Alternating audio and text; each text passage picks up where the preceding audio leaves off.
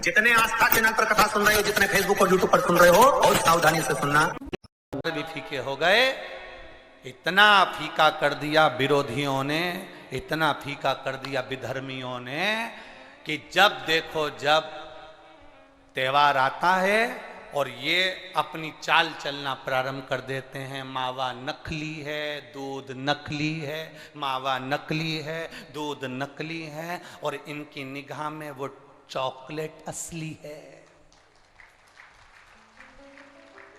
घर के पकवान नकली, घर का भोजन नकली, भारत की भूमि पर बनने वाला पकवान गुलाब जामुन, इमरती, भजिया, पकोड़ा, खोपरा पाक, अपने घर में बनने वाला गुजिया, पपड़िया, सब नकली है।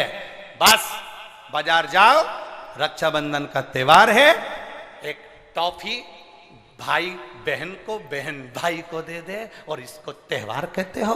त्योहार वो होता है जो घर की माँ घर में मिठाई बनाए और बच्चों को खिलाए, उसको त्योहार कहते हैं।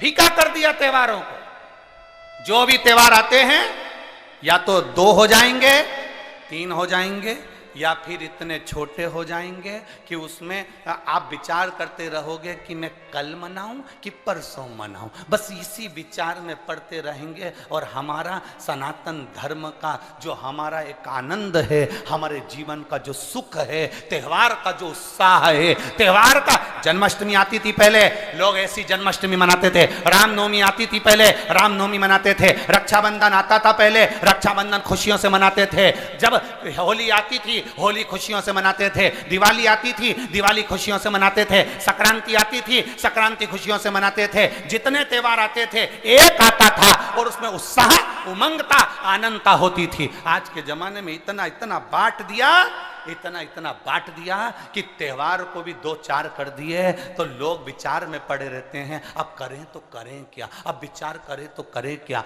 टॉफियों को इतना जरूरी बता दिया कि घर में मेरी माताओं के हाथ की बनी हुई गुलाब जामुन, खोपरा पाक, गुजिया और पपड़िया कोने में पड़ा रहता है, और वो टॉफी एक मूल हो जाती है, एक चॉकलेट मूल हो जाती है। और हम समझ नहीं पा रहे विधर्मियों को, हम सोच नहीं पा रहे कि हमारे सनातन धर्म पर कुठार प्रहार है ये,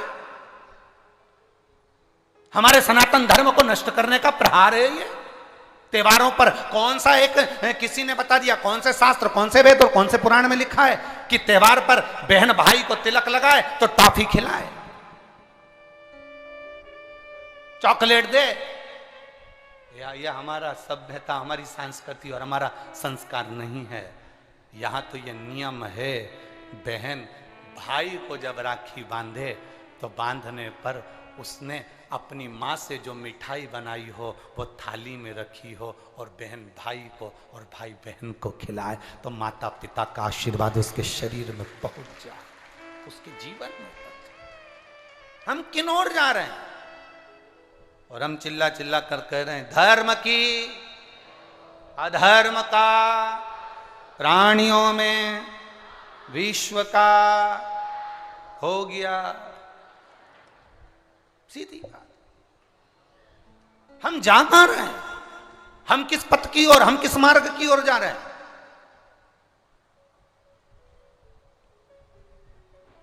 भ्रम में पड़ गया, विचारों में पड़ गया, हम भ्रमित हो रहे हैं, भ्रमित। एक ने कह दिया, सियोर वाला महाराज कहता है शंकर जी पे चढ़ा हुआ जल पीना चाहिए, सियोर वाले महाराज कहते हैं बेलपत्री चढ़ी हुई खाना चाहिए। फिर कहीं का आ गया जिसको सियोर वाले महाराज का विरोध करना था, उसने कह दिया ना जल पियो ना बेलपत्री खाओ, नहीं तो तुम्हारा जीवन ऐसा हो जाएगा। ये विरोध शास्त्र का नहीं है, ये सियोर वाले महाराज का है कि इन्होंने अगर बोला है तो उसका विरोध करना, इन्होंने बोला दुर्वा चढ़ाओ उसका विरोध करना, इन्होंने बोला चावल चढ़ाओ इसका विरोध करना।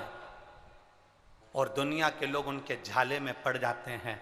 हमारा नियम निवेदन है, ना तुम सीहोर वालों की मानो, ना तुम किसी की मानो।